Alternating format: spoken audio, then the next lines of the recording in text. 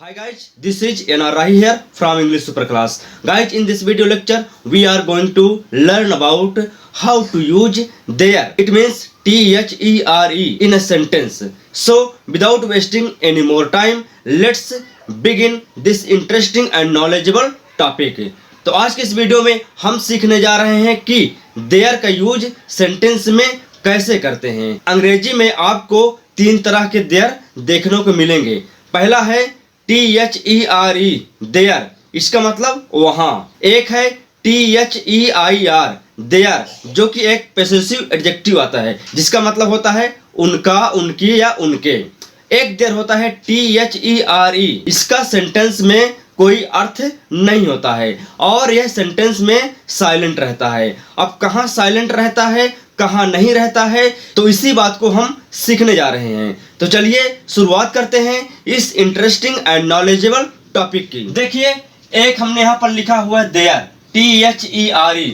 इस देयर का मतलब होता है वहाँ। एक देयर है THEIR, जिसका मतलब होता है उनका, उनकी, उनके, अपना, अपनी, अपने, और ये पोसेसिव एडजेक्टिव कहलाता है। और एक देयर आता है THERE, जो सेम मीनिंग का होता है THERE, और ये सेंटेंस में साइलेंट यानी शांत रहता है, जिसका सेंटेंस में कोई अर्थ नहीं होता है। तो देखिए, आपके सामने कुछ एग्जांपल्स लिखे हुए हैं, पहले हम इनको देख लेते हैं, फिर इस बारे पर हम चर्चा करते हैं। तो देखिए, मैंने उसे वहां देखा, आई सा हिम देयर। यहाँ पर देयर का यूज लास्ट में किया गया है। फिर देखिए, रवि वहां बैठा था, रवि सैट देयर। यहाँ पर भी देयर देखिए लास्ट में हो रहा है।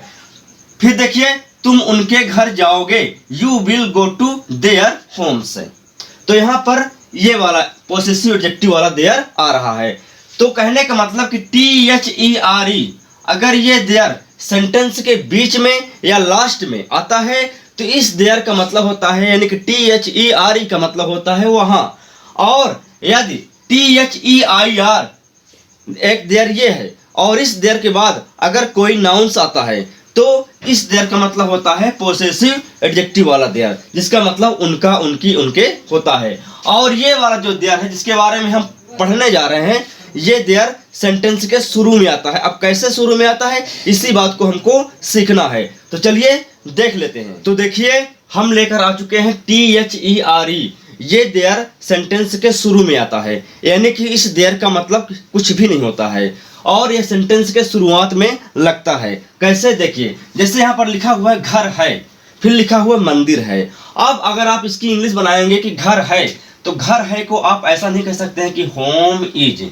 ये सेंटेंस हमारा नहीं कंप्लीट है। तो इसलिए इस सेंटेंस को कंप्लीट बनाने के लिए, जो सेंटेंस इनकम्प्लीट है, इस सेंटेंस को कंप्लीट बनाने के लिए इंग्लिश में हम शुरू में लगाते हैं there, there is a home, इस तरह।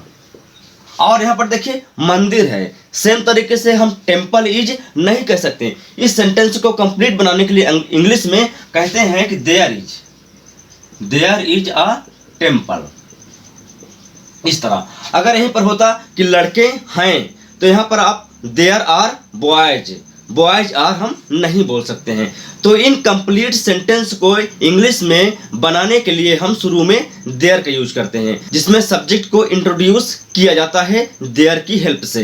तो आई होप इतना आपको। एक बात और ध्यान रखिए, जब हिंदी सेंटेंस की शुरुआत किसी प्रीपोजिशन से हो तो वहां पर हम देयर का यूज करते हैं। कहने का आशा यह है कि प्रीपोजिशन से सेंटेंस की शुरुआत इंग्लिश में नहीं की जाती है। जैसे देखिए एग्जांपल से, जैसे यहाँ पर देखिए, घर में एक बिल्ली है, तो यहाँ पर देखिए एक बिल्ली है। ये सेंटेंस हमारा बिना प्रीपोजिशन का है। अगर इसके आगे देखें तो लिखिए घर में क्या है, ये प्रीपोजिशन है। तो घर में एक बिल्ली है, तो क्या करेंगे, घर में, ये पूरा भाग हमारा बाद में आएगा। देखिए एक बिल्ली है, तो यहाँ पर जैसे कि मैंने आपको बताया कि घर है, इसी तरह एक बिल्ली है, देयर इज अ कैट।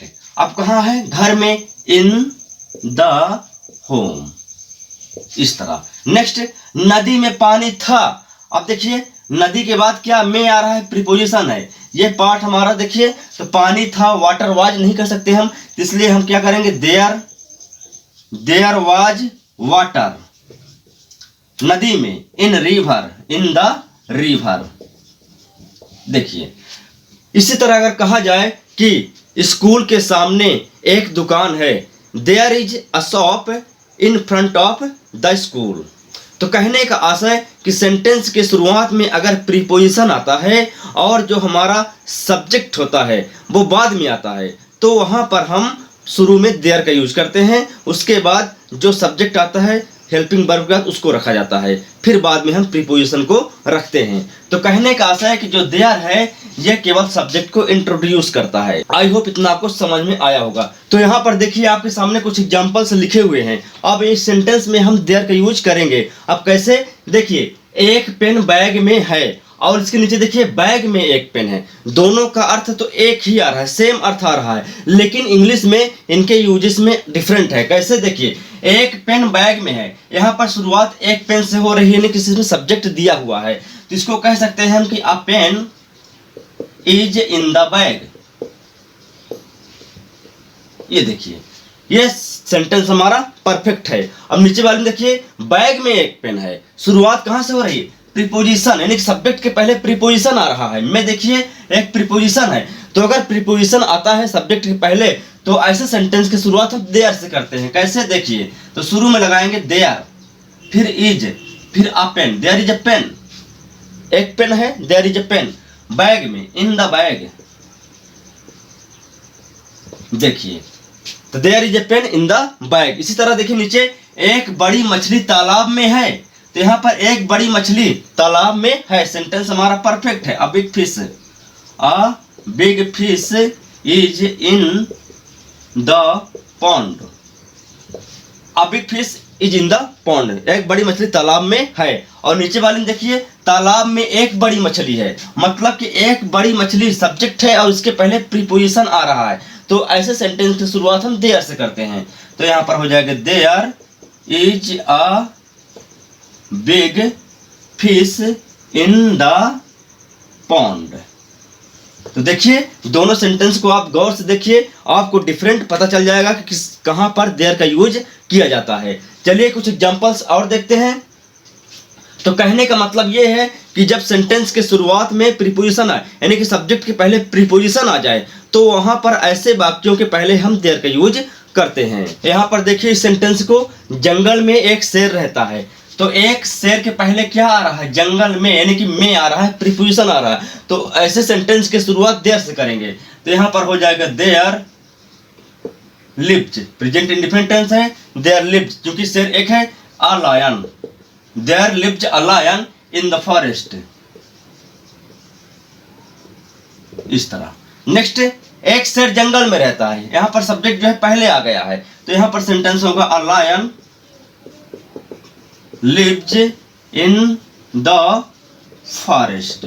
तो आई होप आपको इतना समझ में आ गया कि अगर सेंटेंस के शुरू में प्रीपोजिशन आता है तो वहां पर हम देयर का यूज करते हैं, अदरवाइज नहीं करेंगे। और देखिए अब देयर के बाद हम चाहे मॉडल्स हो या टेंस भी क्यों हो, तो वहां पर हम देयर का यूज कर सकते हैं, कोई दिक्कत नहीं है। केवल फर्क समझना पड़ता है कि देयर शुरू में किस वाक्य में आता है। और जैसा कि मैंने आपको बता भी दिया कि अगर सेंटेंस के शुरुआत में प्रीपोजिशन रहे तो शुरुआत देयर से होती है, और जैसा कि मैंने बताया कि अगर सेंटेंस में सब्जेक्ट के अलावा और कुछ ना दिया रहे तो भी हम देयर से शुरुआत करते हैं। जैसे देखिए एक किताब है, अब यहाँ पर देखिए किताब के अलावा कुछ भी नहीं दिया गया है, तो ऐसे सेंटेंस की शुरुआत भी हम देयर से करते हैं। तो यहाँ पर हो जाएगा देयर इज अ बुक, इस तरह, देयर इज अ बुक।